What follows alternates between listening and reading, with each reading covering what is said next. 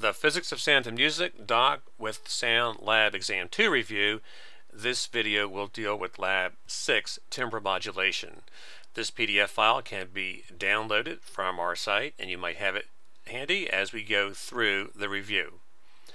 The first thing is to look at the oscilloscope, where you have the volts per division, time per division, and how to deal with those and work with those. So let's look at 6.9, the ninth assignment in Lab 6. And here you have your oscilloscope. Know that the horizontal is your time and your vertical your volts. Whenever you have a picture like this, always know what's your X and Y from the old days in high school, where you have the X is the horizontal and the Y is the vertical in any graph in any course.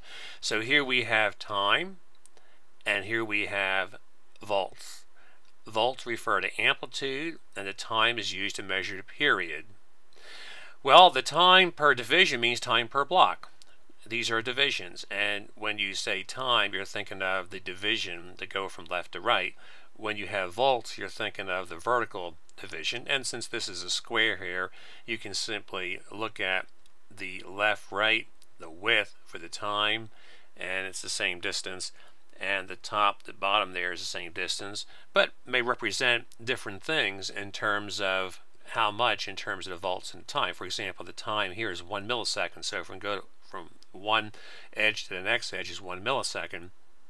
To go from the bottom to the top here of one block is 1/10 of a volt.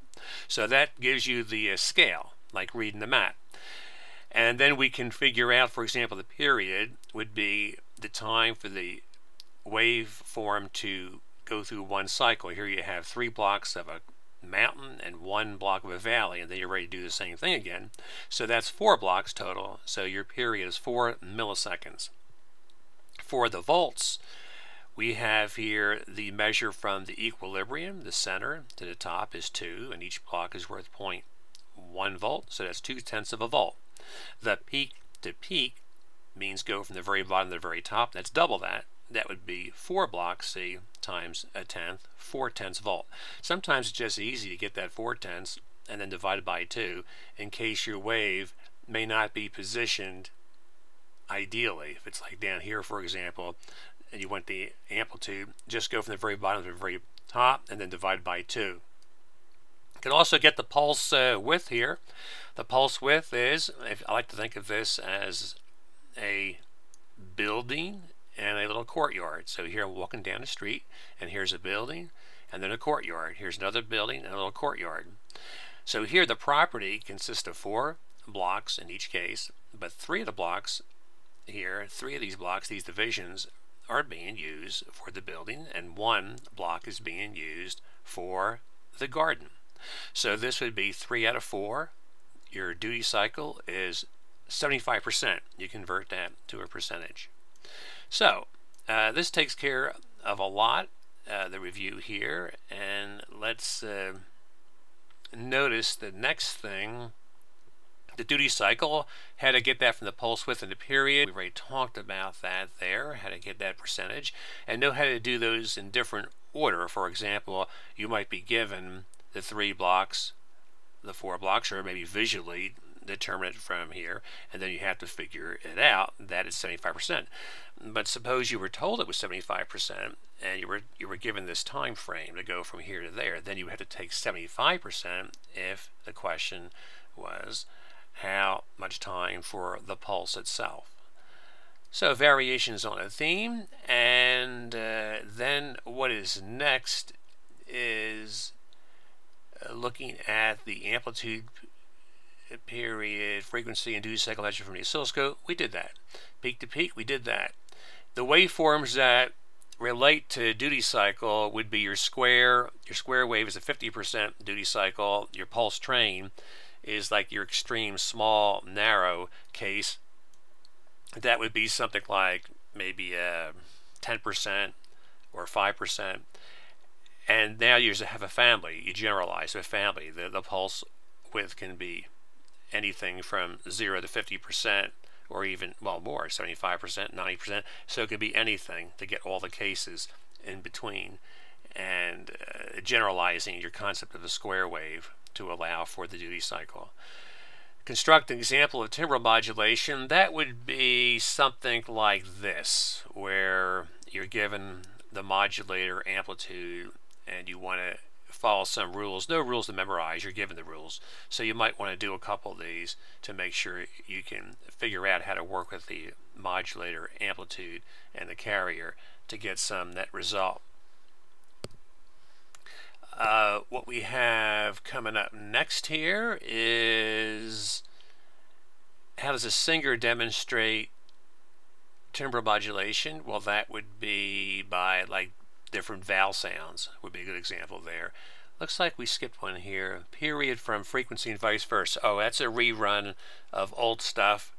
If you look at, for example, your formulas that deal with your period and frequency, you got your periods 1 over f, and then you can flip these two, swap these two, and get the frequencies 1 over t, because if 6 divided by 2 is 3, 6 divided by 3 is 2. You can always swap these two things when you have an arrangement like this.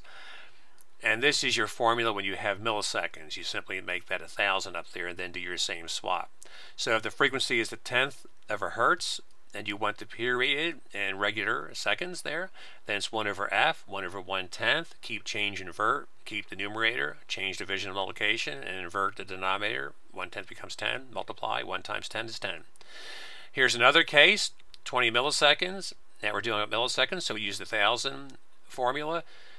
20 into 1,000, 1 0 cancels in each case there, so 100 over 2, it's 50 hertz. So that reviews that, and what's next here? We got here, next thing is, how does amplitude information provide, oh, that's the time domain and frequency domain. Okay, let's go over to this. Now this is a little bit getting into the next section, lab 9, because 9 has both of these together and explains them very, very well. So I have pulled up here assignment 910, where you have the sound segment. This is your oscilloscope. So here you have time, and here you have amplitude. That's just like the oscilloscope we did earlier. And then here, the sound segment compared to sound spectrum. The spectrum is here, your frequencies are along the left, right, and you have your amplitudes. This is a Fourier spectrum. Just think Fourier spectrum if you see sound spectrum. And if you see sound segment, just think oscilloscope, where the amplitude usually measured in volts. Here, notice that for the sound segment in our convention, our course, these are centiseconds, but we like to use milliseconds. So you simply take the decimal points here, throw them in the trash can, and then you have 2 milliseconds, throw the 0 away on the left also. So that's 2 milliseconds, 4 milliseconds, 6 milliseconds, 8 milliseconds, 10, 12, 14, and 16 milliseconds. All right. And examples of timbre modulation in rock music, oh, that would be like the wah-wah pedal, you know, wah-wah, where you get those kind of neat effects. So that's a review for Lab 6.